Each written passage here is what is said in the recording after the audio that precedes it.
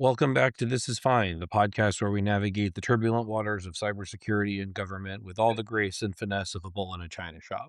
I'm your host, Matt Triner, CEO of Hunter Strategy, and today we're diving into the murky world of NAICS abuse. Joining to me are two gentlemen who have seen it all, done it all, and probably lost a few brain cells in the process. John Czaika, our very own VP of Strategic Initiatives, and Kevin Belanga, our Chief Growth Officer here at Hunter Strategy.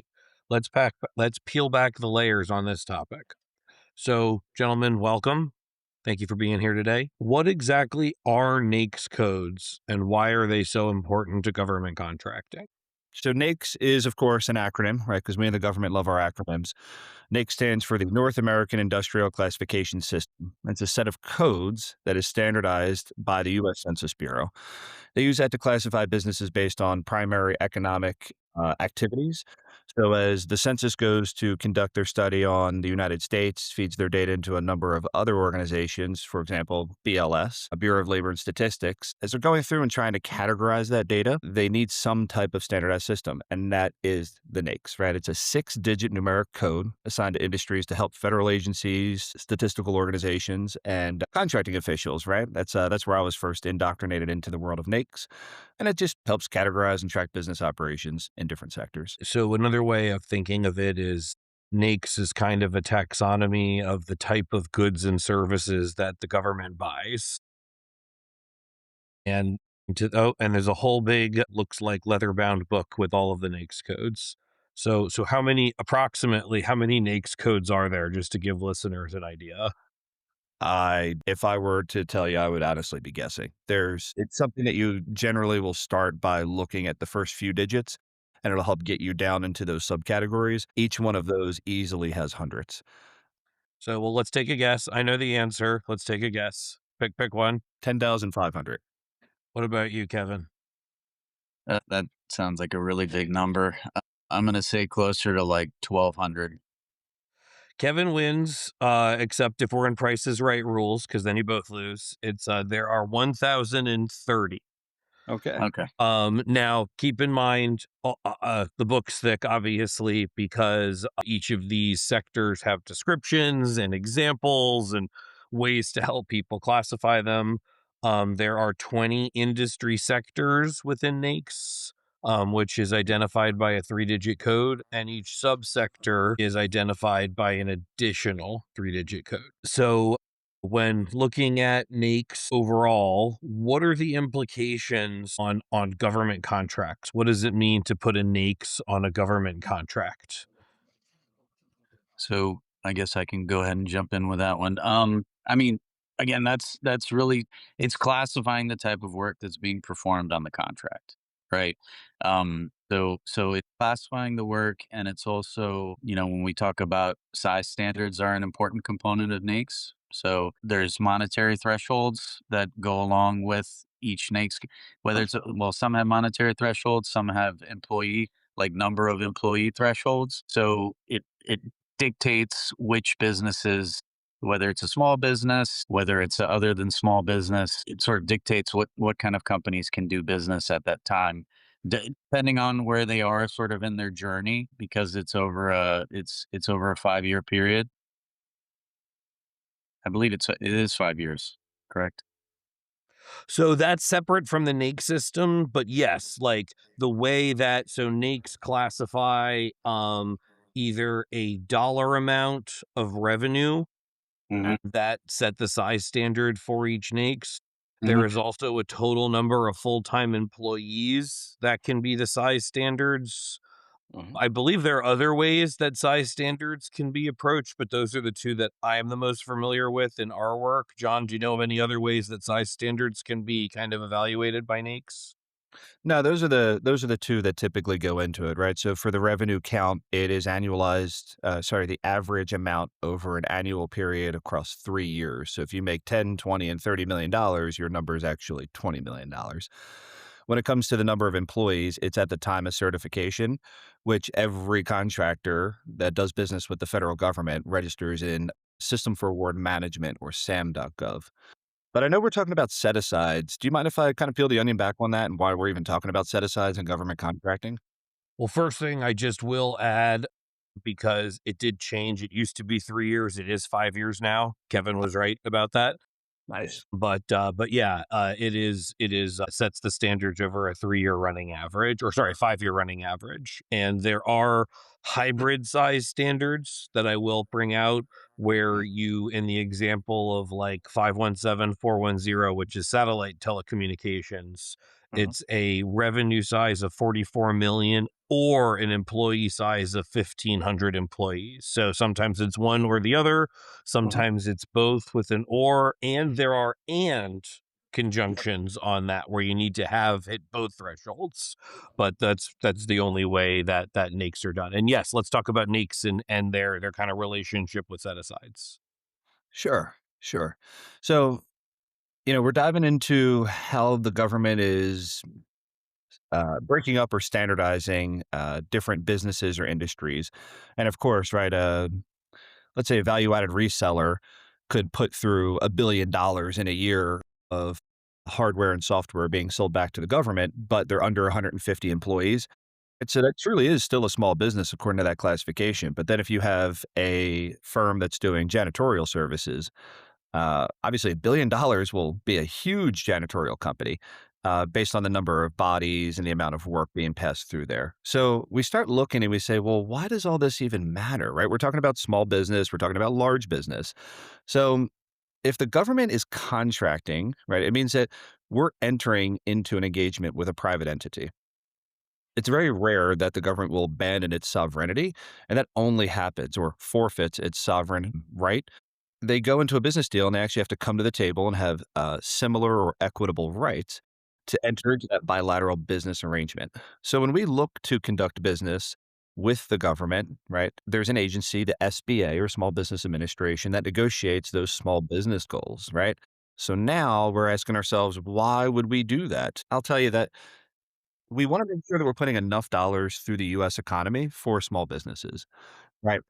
The CFO Act is where these small business goals were essentially stood up and again negotiated every single year. So, on average, the prime contract small business participation goal is 23 to 24% of annual dollars on contract. And that's per agency, right? So, each of the, I believe we're at 19 or 17 agencies that have to negotiate these goals. And a quarter of their dollars have to go to small business. So now, if we know that, right, and we start doing small business set asides and large businesses aren't allowed to compete, right, now we're talking competition, right? The Competition and Contracting Act, or CICA. This is where we really start diving in and saying, why would somebody ever abuse the NAICS? It doesn't make any sense. Well, if a business is bigger and has more efficiency, right, they're able to bid lower prices compared to some of our small businesses, right, like us. Now, when we're going through this process, we have to start realizing that we could get beat up by the big guys all day long. This is one of the ways that the government actually allows us to play on a more equal playing field by doing small business set asides, right?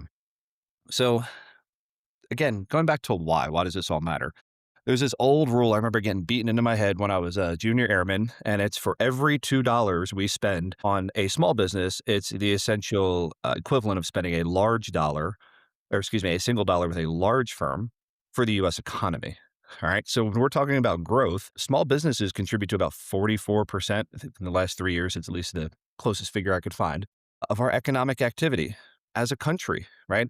They create 2/3 of net new jobs. So this is that like 2-to-1 rule that we start looking at, right? They create more jobs. They are better for national growth. And the government actually works very, very diligently to push work to small business that is to the right extent of type of work, right? They're not going to push out everything, but when you start looking at the number of dollars and those pieces, yeah, getting your NAICS codes right and being classified correctly, or in some cases, people abuse that. It comes down to limiting competition, getting more revenue, and unfair or unrealistic growth, right? That's at the heart of why we're talking about NAICS today. And so one thing to think about is, so when we're talking about, because the title of this episode is NAICS abuse, what does it mean to misclassify or manipulate the use of NAICS codes to impact fair competition and small business opportunities? Sure. So if I am a business that wants to compete for work under, let's say, that value added reseller, right? I'll call myself a value added reseller because it's an employee count versus having an annual revenue figure, right? Or vice versa. If I'm looking to get into a new industry, I can leverage my existing NAICS that I am considered a small business and go after other work, right? And that's why it's so important that your contracting agency gets it right, right? That they understand the type of work and they properly identify it under that or do the set aside under it, right? If I'm going to quote unquote game the system and abuse it, I'm going to put every NAICS code under my profile and just start bidding on every piece of work to make sure that I have the right size business for it. And that's where you can really start seeing some, I'll call it unethical behavior amongst industry. This is something that, along with the FAR Part 19 socioeconomic programs, industry really needs to keep themselves in check, right? I'm pretty sure everybody remembers the Tammy Duckworth congressional discussion, I'll call it. I believe it was an actual hearing where there was an individual who went to military preparatory school, injured his foot playing football within 2 months, and then claimed the service disabled veteran owned small business set aside, right? It's the same concept, right? If you can figure out how to say that, oh, I do this work here, there's nobody really checking it, to be completely honest, right? I can go to sam.gov with a company and just select whatever NAICS that I want and make sure my profile is up to date. And then I can start bidding on work. And if I start mismatching those things, you can see how I could take advantage of the system that way. But I mean, also, John, I mean, on the government side of the house, right? I mean, I think the government needs to do a better job of ensuring that they're associating the correct NAICS with the actual opportunity that they're putting the solicitation out for, right? Yeah. Yeah. I mean, we, I was active duty for 6 years and held a couple of positions as an 1102. Um, we never really trained on NAICS, right? It was a very, very small amount of training on, yeah, go to this website, look it up. It's the same thing as product service number or SINs or SIX. Like it's the same approach, right? It's, hey, get it as close as you can, rely on your program manager to explain that stuff to you. And to be honest, a lot of the program management training that I've come across in the department as well as federal, right, FACC, there really wasn't a ton of emphasis on get this right? There really wasn't. That was one piece there. So I'd say, yeah, absolutely. If there's a vendor that, let's play a game, right? If I'm a contracting officer and I need to get this awarded fast, I'm pretty sure I could find a one-off NAICS that a lot of people don't really use and be in communication with a company and set them up in that way as well, right? That's why I say it's almost like a game where it's like, how do we make sure that we just follow the rules? They're that simple. There's plenty of tools out there to tell you, oh, you have this type of work. This is your NAICS. This is your SIC. This is your PSN, et cetera, right? Or sorry, PSC, product service code. So, it's important that we get those things right because then otherwise the competition piece gets skewed as well. Yeah, and I'd say also, I mean, like the SBA just needs to be a little bit quicker as far as like, well, okay, so I guess census is the one that actually updates the NAICS. But Correct. they do a little bit better of a job of, I would say, adjusting to, the evolution of technology and being a little bit more descriptive as to what things fall under each NAICS code. I mean, I know they've gotten a little bit better. I mean, you're seeing some like artificial intelligence and machine learning like that as well. But I just think historically there's been a little bit too much of a gray area there. So you could kind of, stretch some of these NAICS to cover certain types of technologies where they necessarily shouldn't be used. Yeah, I mean, look, it's good and bad to have that flexibility. I'll say, right? A good KO or a good PM will understand how to use that flexibility to drive things forward without it becoming a checklist exercise for them. So there is value in having some ambiguity in that space. However, yes, I think I'm more in the school of they need more rapid updates, right? They need to have an ability to get those new NAICS identified more rapidly as technology evolves and changes. Perfect example. Have a few scars from a few cloud contracts, and when we were trying to acquire infrastructure and platform as a service, I understand it's a delivery model. But those were the types of services we were looking for from a major CSP. There really wasn't a clear NAICS. We were still on an older dated version at that point. And cloud is, we were 10 years behind in the DoD. I'm being very generous, I think. I think some people even say 20, in trying to adopt cloud solutions or cloud based solutions. And I remember asking, well, what NAICS code is it? And we were in telecommunications, and then we were in, 5 series computers. And I'm going, 4 series or 5 series, which one is it? Right. It should be pretty clear that it's either a 4 or 5 series. And I remember us sitting around the table kind of joking, like, it's not clear. We don't know which one. And I mean, this is just something as simple as, if I'm at home and I want to log in AWS and spin up a virtual machine and start doing some work on a virtualized basis, I can do it in the, term of minutes. You can get a free account. But for whatever reason in the government, we can't figure out how to classify it. Right? When you start looking at the way industry segments it, there's no issue. You can find some of very well-founded industry segmentations or market research tools out there, and cloud is typically one of them under IT. So, yes, there's a huge delay in getting new NAICS codes out there, but at the same time, a little bit of ambiguity is okay. And so, well, it sounds like there's a bunch of different ways that contracts officers can kind of abuse the NAICS system. So one is, it sounds like unintentionally, right? There's this like confusion, and even in the 541 series where we do most of our work, there's most of the work that we do, I would argue, is custom software development. So that puts it strictly in 511. But we've got work where it has been decided that it's 512, that it's 513, that it's 549. And I guess I've never really thought about it because those all have the same size standard anyway. And I always kind of assumed that that was some cultural thing about this agency to make that determination. But on the other side, right? If you were to put a more nefarious hat on, it's kind of a, well, all custom software shops have 511 as their available NAICS code, and if you just tell your preferred vendors to go after it with a more obscure NAICS, you're going to limit your competitive field. At least temporarily until they catch on, because to your point, you could just change that in sam.gov.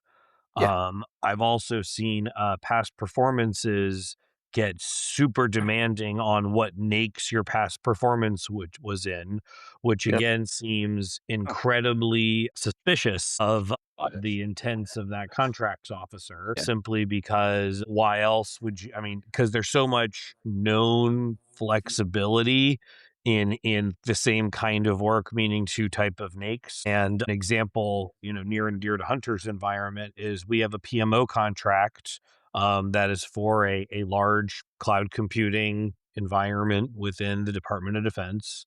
And traditionally, a PMO that is in a technically adjacent nature would be 541, 611. But ours is not. And I don't think it's because they were trying to get to us over anybody else. I wish that were the case, but I don't believe that that's how this procurement shop ran that. I think it's their reflection that they believe that because so much of this work of this PMO is kind of technical CETA support, where like people are turning knobs and dials and like actually building cloud environments under this contract. And so the 611 NAICS implies it's purely administrative. And there's an amount of this that is administrative, but even the administrative parts require a reasonable amount of technical knowledge. And so I think they went a different direction because they believed it best reflected the scope of their vehicle. I believe it was just their legitimate belief. But the problem for me is that what if I want to go after 611 work? I have a massive technical PMO. I could easily do administrative things of a less complex scope, given the amount of complexity we've proven that we can do here. And now if somebody's requiring a particular NAICS style past performance, there's nothing I can do about that. And so it always is suspect to me because I just feel like NAICS are a good way to tell the Census Bureau and aggregate things in kind of the same way that, like, even in a contractor teaming agreement, which is supposed to get you two primes, There's only one in FPDS because that mainframe was built with one field for one person. And I feel like that's a very similar thing of NAICS spending, right? It's not like there's the ability to have primary and secondary and tertiary where like you might be able to actually get some granularity in the different scopes of a contract, but the underlying reporting systems to census just don't have that capability. So the guidance is, well, just pick the best one, pick the best answer that describes your contract, which I Well, think kind of creates confusion. So just a couple things there, Mac, just to tease out a little bit. So I mean, outside of hack PMO, obviously traditionally hunter strategy, the majority of the business that we've done has been under it is 541, but even more granular, it's 54151, right? So really under thing everything kind of under that family, whether it's 511, 512, 513, 519. Those are the areas historically where we've looked at stuff. And when we talk about contracting officers potentially being able to game the system, um, when you talk about revenue thresholds over a 5-year average, 34 million, right, as a small business for each of those NAICS. I mean, you look at it this way. I mean, if you have a prime contract, government really likes you, recompetes coming up. You've outgrown your NAICS, that NAICS where that contract was awarded. They could potentially pull some funny business there. And this is, John, why I was going back to why I think the government needs to do a better job of, well, census specifically needs to do a better job of one being a little bit more descriptive and keeping up with the times to make sure that these things are constantly updated. And contracting officers need to be regulated more as to how these NAICS are assigned, because I don't think it would be very difficult for them to just do switch up a NAICS code to something where the incumbent contractor is still a small business, right, and hasn't hit that $34 million threshold. So yeah, that's one thing.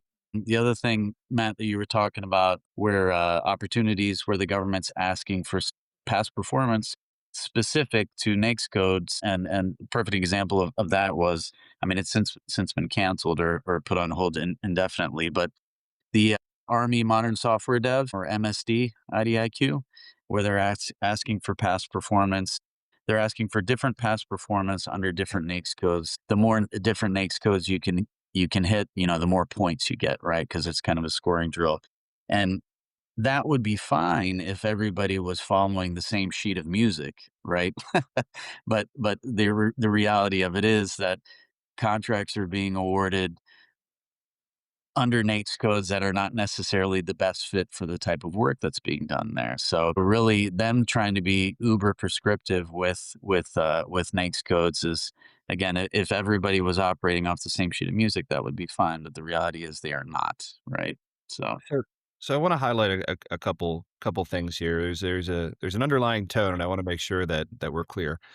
Um, while we're focusing on the government's abuse of it, it is a thing. We keep saying contracting officer, contracting officer. There's three things that need to come into play for a contract to be established, and you need money, you need a purpose, and then you need the contracting officer to create that environment, right? So those are typically your requirements process, your funding process, and your contracting process. I'll say I'm not really familiar with too many contracting officers who are like, I'm going to do this and skew an acquisition one way or the other, right? Because they're not really the end user of the work. Finance typically doesn't have too much of a input here or there other than let's make sure it's right, let's make sure it's aligned, we're accountable for the dollars, right? So your resource manager in the DoD, your resource manager will always want to make sure that you have the correct attributes to the dollars being spent. It's usually color of money, a fiscal year, those types of items, right? Severability is another hot topic with them, right? Severable versus non-severable contracts. But the buck stops with the contracting officer, right? Everybody sees the contracting officer, but let's talk out loud, guys. There's typically a PM behind the scenes who's driving for. exactly, they're having the conversations with the contracting officer. Exactly. So that's why I do want to highlight, right? This is not an individual that's typically doing it. It's usually the emphasis by the requiring agency that is saying, how can we do this faster? Or how can we get the same company back in? Right. That's really where I've seen it originate on the government side. On the industry side, right? Matt, I know you asked earlier, different types of abuse that can occur. And I talked about how you can really game the NAICS and make sure that you have every NAICS listed under your SAM profile so that you're eligible for everything. However, there's a few notable cases that came out in the last few years. An organization called Trimark, right? Trimark USA. So what they did, they got very creative. They created a shell company.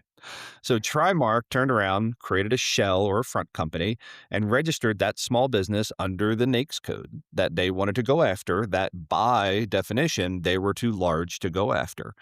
And so that goes back to that competition and contracting and the FAR Part 19 socioeconomic set asides.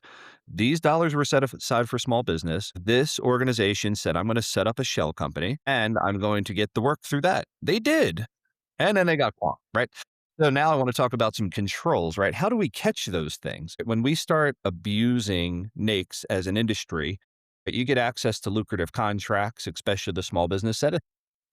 You have those loopholes that you're going after so that some businesses, they take that risk with a minimal fear of consequences, right?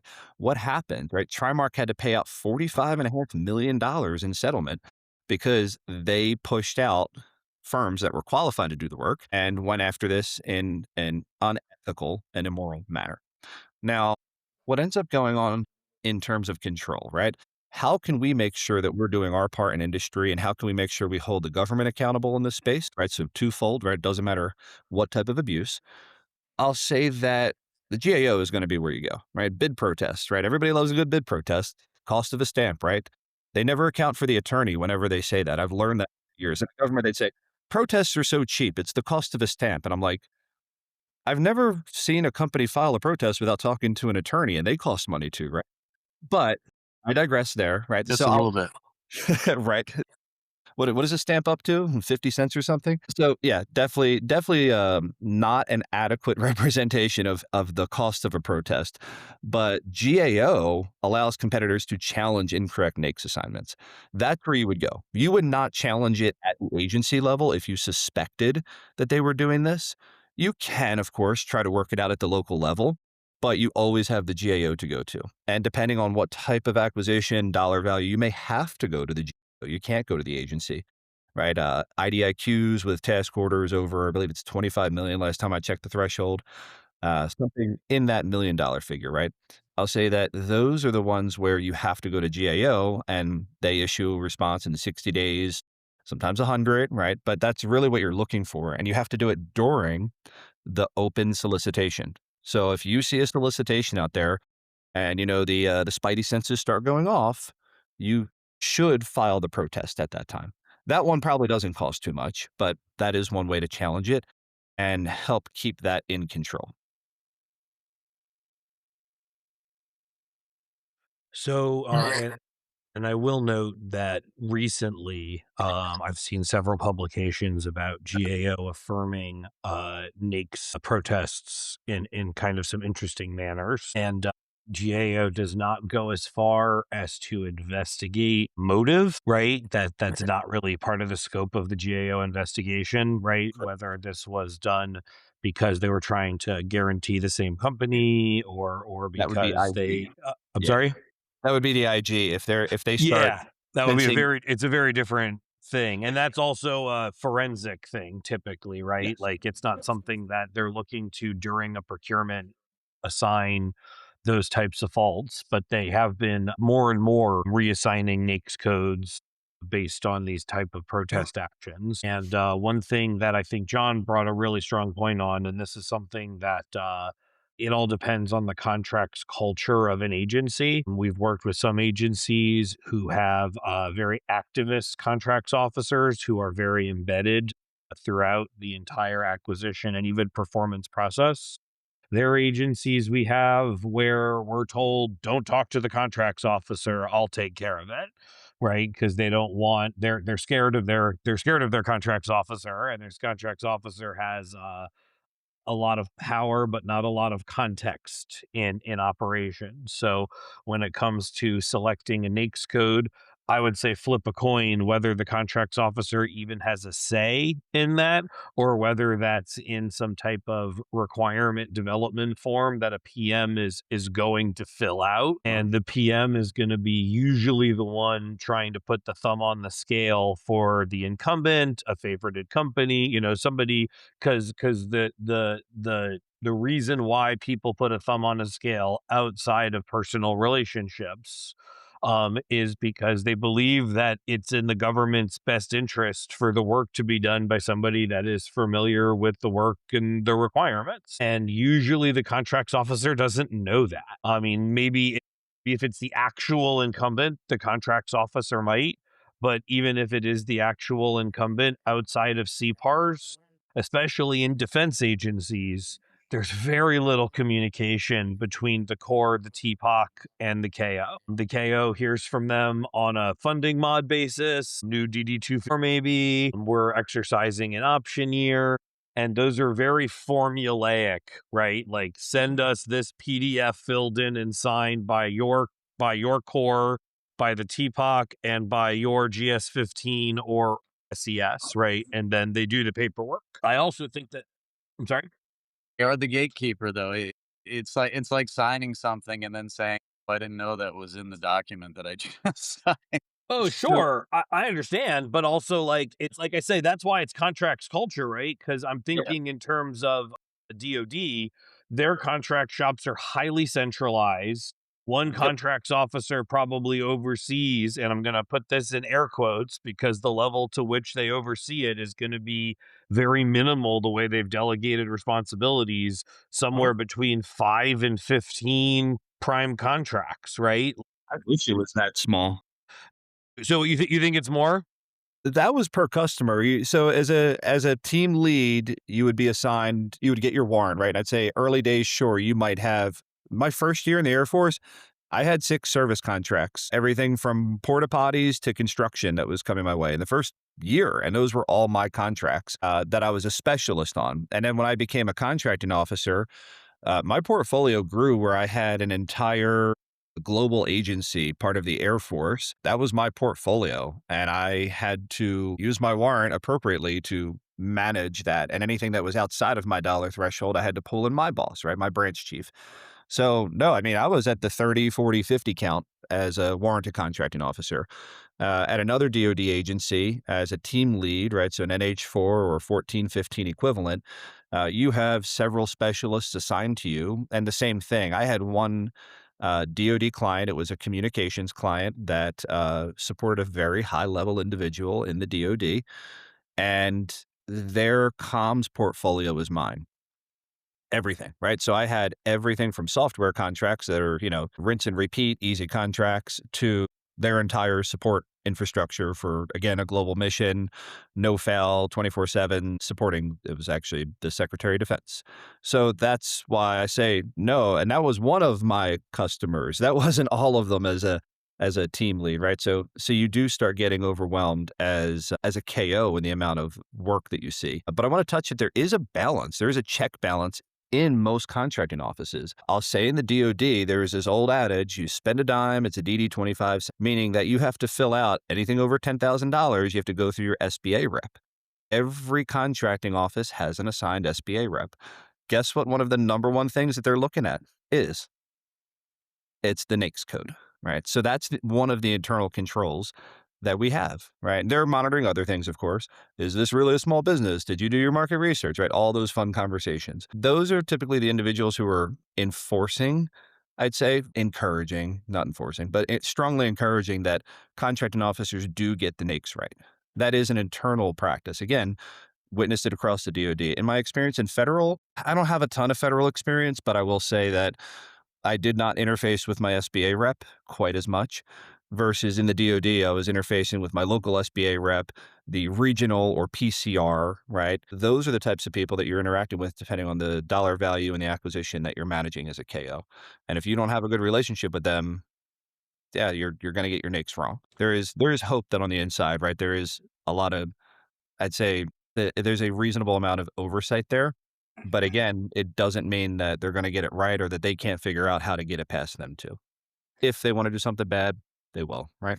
So the one thing I was going to add though, where I feel like this is, I'll just say, more likely to have some, I don't want to say abuse, but have lots of different levels of oversight is we've had customers that work for not the executive branch, is what I'll say. And those contracts officers really only have 3 or 5 contracts. Like they are very activist. They are very engaged. Their workload is very small by comparison. And I think because of that, there's a kind of co-targeting, so to speak, of the work that gets done there, where I feel like things like NAICS are going to be much more scrutinized, and there's going to be one less chance of a TPOC or a PM kind of putting their thumb on the scale that way, unless they are doing so in conjunction with procurement, which I'm not going to comment whether or not I think that happens sometimes or not.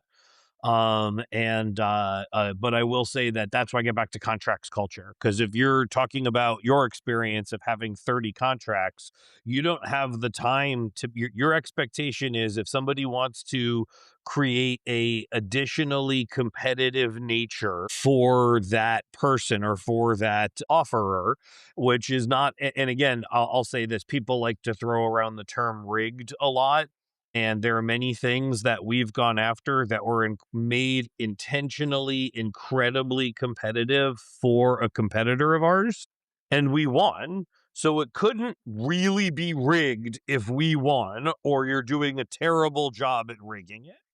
And so I try to draw the line between things that are clearly being pushed to a single location where no valid offer is being reviewed, and those where they're trying to say, hey, we know this company can do it. We know they exhibit characteristics of companies that can do it. And we're trying really hard to make it very competitive for them because we'd love them to win.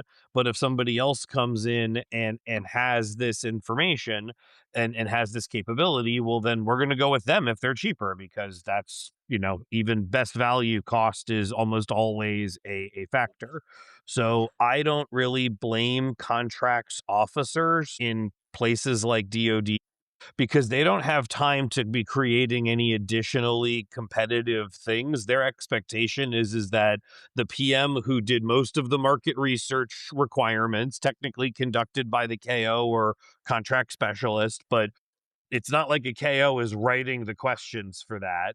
It's not like the K, unless, and maybe sometimes if you have a great KO, they'll add on a few specific questions that they think matter. But the vast majority of it are driven by the technical office. And with that comes some of the interesting ways that, this particular, do you have experience in this NAICS code that is suddenly a people-based NAICS code that your growing business that you want to prefer doesn't have that many employees gets asked about. And so those are the types of things where I've seen it. And I think that, to your point, John, contracts officers, because they are the face of this whole operation, get a bad rap for being the driving factor behind a lot of it, when in reality, and it's not that they're never that way. Like I said, there are some agencies where they are incredibly activist and involved, and then there are others where I would say that they are very much the signature providing arm of a procurement package, and not necessarily the driving force behind it. So that's just Yeah. been my experience as I've seen it. Yeah. Yeah, I mean that's big, right? We're kind of tying it all together here, and we're seeing that it's hard to put the collective blame on any single entity, individual, division, function, right? NAICS is such a big part of competition, right? If you can figure out how to skew a fair competition, you can figure out how to capture that business. So there is incentive for industry. If you can figure out how to skew classification, you can help your PM get the work that they want, right? So there is incentivized behavior behind this abuse, which is why it truly is a problem, right? So in order to have that cornerstone of fair competition in government contracting, um, you know, we have to all work together, right? It's not only on the government to act correctly and industry get away with anything. It's not on industry to be the watchdog on government either, right? Everybody should be working together and communicating. Right? If we in industry see that there's a NAICS that's odd, or there's a past performance that appears to be unfairly or unduly taxing to small businesses or ourselves, we are fully within our right to say that this is bias, and state why, right? That there's no value, right? So, how can you derive value from you have past performance in this NAICS? That's always my favorite question. Explain to me how this will have you excuse me, that how this will result in a better contract for the mission owner, right? This doesn't, right? This starts looking like you're narrowing competition artificially, right? And that's what gives us the grounds to protest, right? That's the beauty of it, right? When that contracting officer signs that solicitation, they abandon the sovereign immunity that our government enjoys. And we are now allowed to protest and hold them accountable. And the same thing, if industry, excuse me, if the government sees industry, misbehaving or doing something inappropriate, that's why we have courts. That's why we have to be held accountable on a monetary or suspension or even a debarment, right? Those things can come up if it looks like we're trying to unfairly or unreasonably skew competition. To be fair, also, I mean, and this is a conversation for another day. But while NAICS is the big one, you still have there's certainly many other ways of Oh yeah. gaining bidding competition, Matt, and I know that far too well. There's contract vehicles, pushing a requirement to your favorite contract vehicle where your favorite vendor happens to have an award. There's if you're talking about GSA contracts, there's of course special item numbers or sins. I've seen lots of abuse with those as well. People again mislate putting things under particular sins that I think are very mismatched. Mhm. And so you take all three of those things and you combine those and yeah, man, there's it's ripe for all sorts of stuff. Yeah. So I think you're onto another potential topic for us here, Kevin. Good old acquisition strategy is what you're kind of pulling the thread at, right? The acquisition strategy in government will capture all of those pieces and more, right? It says, hey, if it's over a certain dollar value, you need an acquisition plan. And then, the contracting shop needs their acquisition strategy, right? They typically will work with the program office and their internal contracts practices to make sure that they're doing everything on the up and up and that they're ensuring what is it, the competition to the maximum extent practicable, right? That's really what it comes down to. So yeah, there are a ton of things that you can slide and pull, and you always have to ask yourself. You have to balance, you have to balance your speed, right? You have to balance your cost. And then, of course, you have to balance the quality of the outcome. So, when you're going through that process as a contracting professional, you're relying on other people in the room to have the most up to date or best information available. And then that is what will shape that acquisition strategy. And that acquisition strategy, if it's well founded and rational and does promote competition to the maximum extent practicable, then yes, right there you can march forward and there's not really an unfair or unduly or unreasonable requirement being placed on industry to bid. That is a discussion, right? I can't remember how many times, John, why do you need this many evaluation factors? Big turning point in my career. And I said, well, my PM said they need it. Well, that was not the right answer, apparently, right? You don't ever just say, oh, my PM needed it. The PM will blame the contracting officer. Contracting officer, we love to blame our PMs. And what we start to discover is that even during our legal discussions, we're gaming and figuring out, hey, how do we make this reasonable for industry? Why would six evaluation factors even be beneficial at this point? Cut them down, make it simple, right? Now I can make it simple. Now I don't have these unreasonable or these additional levers that I'm pulling to try to shape my competition. And the result is, guess what? I get to do it faster now. Right. So there's almost like a pie widening or an enlightenment moment that can happen when your contracting officer goes through the appropriate process, talks through the acquisition strategy, meets with their attorney, right? These are the things that have to be done. There's also only 4 hours in a day, so it can get a little challenging when you're managing too many of those. But I'll say that that's a great discussion, right? Is other ways in which both industry can shape an acquisition strategy as well as how the government shapes their acquisition strategy, right? yeah, and it's a fine line. I mean, there's a fine line there between limiting competition, but at the same time, the government wants to hear from qualified vendors. They don't, Yep. right? So I understand, like, why they have the evaluation criteria many times that they do. It's just sometimes, being fairly experienced at like going through these things, you'll read through them and it's kind of like, you can read between the lines, right? it's not that hard to read between the lines sometimes with some of this stuff, right? You can tell what. 100%. 100%. Yeah.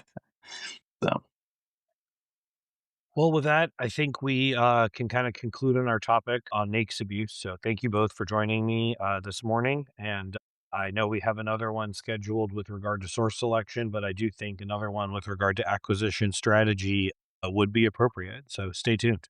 Thanks, everyone. Have a wonderful rest of your day. Thank all you right. for listening to This Is Thank Fine.